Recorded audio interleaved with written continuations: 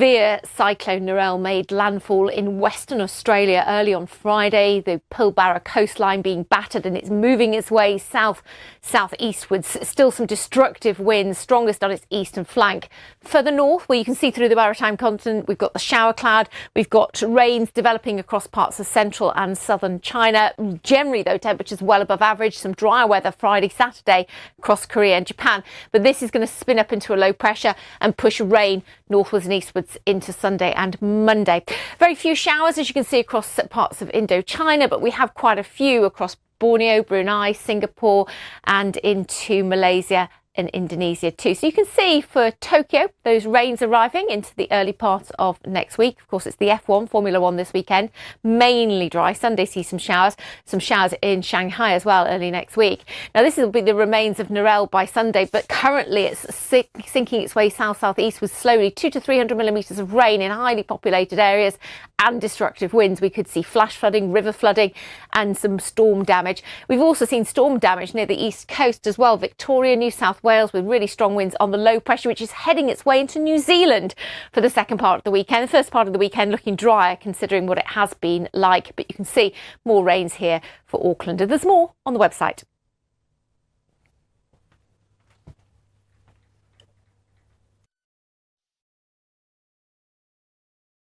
Discover unprecedented architectural brilliance. Discover historic world records. The world's second tallest tower, Burj Azizi. Amazing on every level.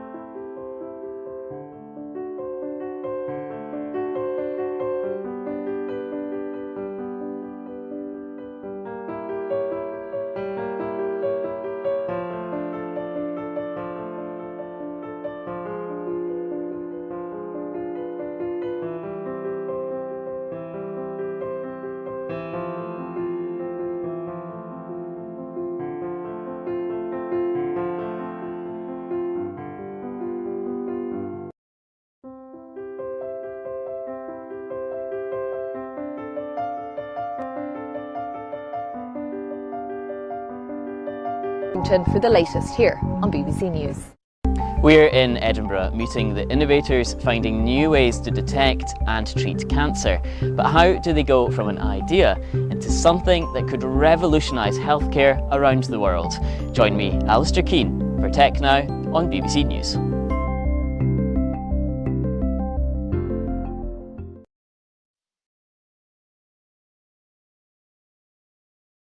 Here at BBC Verify, we use forensic investigative techniques and tools to fact-check stories, verify information and counter disinformation. Using data analysis and the latest technology, our journalists examine the evidence and get to the facts. Watch our BBC Verify reports on the BBC News channel or go online to find out more.